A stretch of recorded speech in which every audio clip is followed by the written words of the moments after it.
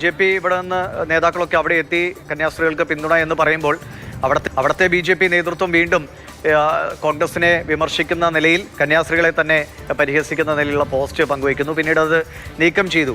എന്താണ് അവിടുത്തെ BJP നേതൃത്വം എടുത്തിരിക്കുന്ന സ്റ്റാൻഡ്? ഇപ്പോൾ അവിടുത്തെ ബസ്തറിലെ MP അടക്കം ഇപ്പോഴും വളരെ ശക്തമായ ഭാഷയിൽ തന്നെയാണ് മതപരിവർത്തനം അടക്കം നടക്കുന്ന കാര്യങ്ങൾ നടക്കുന്നുണ്ട്. അതിനെതിരെ തങ്ങൾ ശക്തമായി മുന്നോട്ട് പോകുമെന്ന നിലപാട് അവിടെ ആവർത്തിക്കുകയാണ്. അപ്പോൾ അവിടെ BJPയുടെ ഒരു സ്റ്റാൻഡ് എന്താണെന്നൊരു വ്യക്തതയുണ്ടോ? അതോ ഈ ദേശീയ തലത്തിൽ നിന്നും കേരളത്തിൽ നിന്നുമൊക്കെ ഉള്ള സമ്മർദ്ദത്തിനനുസരിച്ച് BJP അവിടെ നിലപാട് അങ്ങോട്ടും ഇങ്ങോട്ടും ചാഞ്ചാടി നിൽക്കുകയാണ്?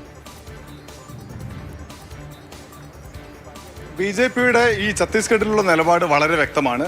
അത് കന്യാസ്ത്രീകൾക്കെതിരാണ്. അതുകൊണ്ട് തന്നെ തുടക്കം മുതൽ കന്യാസ്ത്രീകൾക്കെതിരായിട്ടുള്ള പരാമർശവും പ്രസ്താവനയും ഒക്കെയുമാണ് ഇവിടെയുള്ള BJP നേതാക്കൾക്കിടയിൽ നിന്ന് MP-മാർക്കിടയിൽ നിന്നൊക്കെ വന്നത്. പക്ഷേ കേരളത്തിൽ BJP നോക്കുമ്പോൾ അവർക്ക് ഇത് പ്രയാസമുണ്ടാക്കുന്ന കാര്യമാണ്.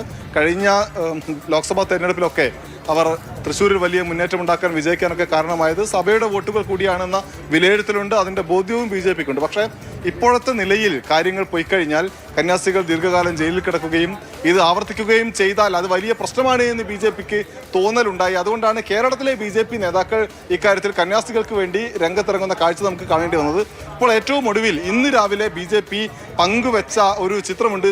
BJP ഛത്തീസ്ഗഡ് എന്ന പേജിൽ. ആ പേജിൽ കോൺഗ്രസ് പാർട്ടി ഇങ്ങനെയാണ് ചെയ്യുന്നത്, അല്ലെങ്കിൽ അവർ മനുഷ്യക്കടത്തിലൂടെ ഗുണം നേടുന്നു എന്ന് പറഞ്ഞുകൊണ്ടിട്ട പോസ്റ്റിൽ രണ്ട് കന്യാസ്ത്രീകൾ, ഒരുപക്ഷെ ജയിലിൽ കിടക്കുന്ന കന്യാസ്ത്രീകളെ ആയിരിക്കണം BJP ഉദ്ദേശിച്ചിട്ടുണ്ടാവുക.